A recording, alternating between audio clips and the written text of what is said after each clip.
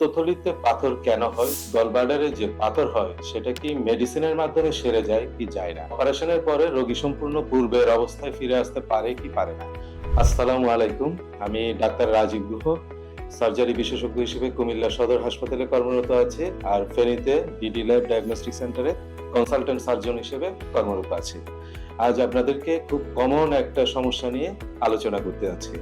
Common সমস্যাটা কি? পিত্তথলিতে পাথরজনিত সমস্যা।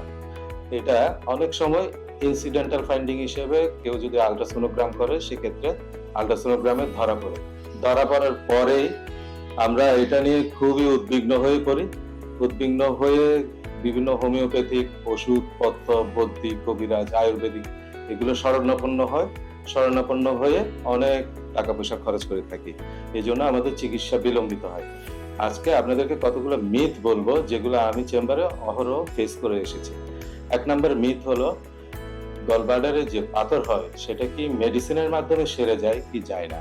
উত্তর হবে না, অবশ্যই মেডিসিনের মাধ্যমে সারবে না, এটার জন্য সার্জারি একমাত্র চিকিৎসা। 2 নাম্বার, অপারেশনের পরে রোগী সম্পূর্ণ পূর্বের অবস্থায় ফিরে আসতে পারে কি পারে না?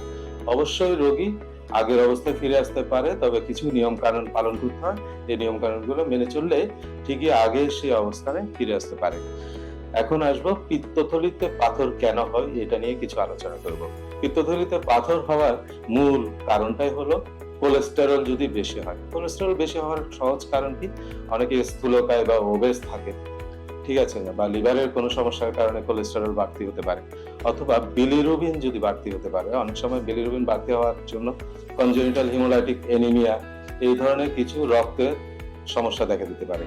আদারওয়াইজ অনেক সময় আমরা 4F একটা কথা বলে থাকি। 4F এর মধ্যে প্রথম F হলো ফিমেল। মহিলাদের বয়স বাড়ার সাথে সাথে আপনার পিত্তথলিতে পাথর দেখা দিতে পারে। ফ্যাটি মানে ওবেসিটি, ঠিক আছে।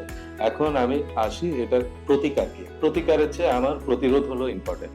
আমরা যদি হেলথি লাইফ স্টাইল লিড করি বা ওয়েট কমানো শুরু করি, সেক্ষেত্রে অনেক সময় পিত্তথলির পাথর হওয়ার সম্ভাবনা কমে যায়।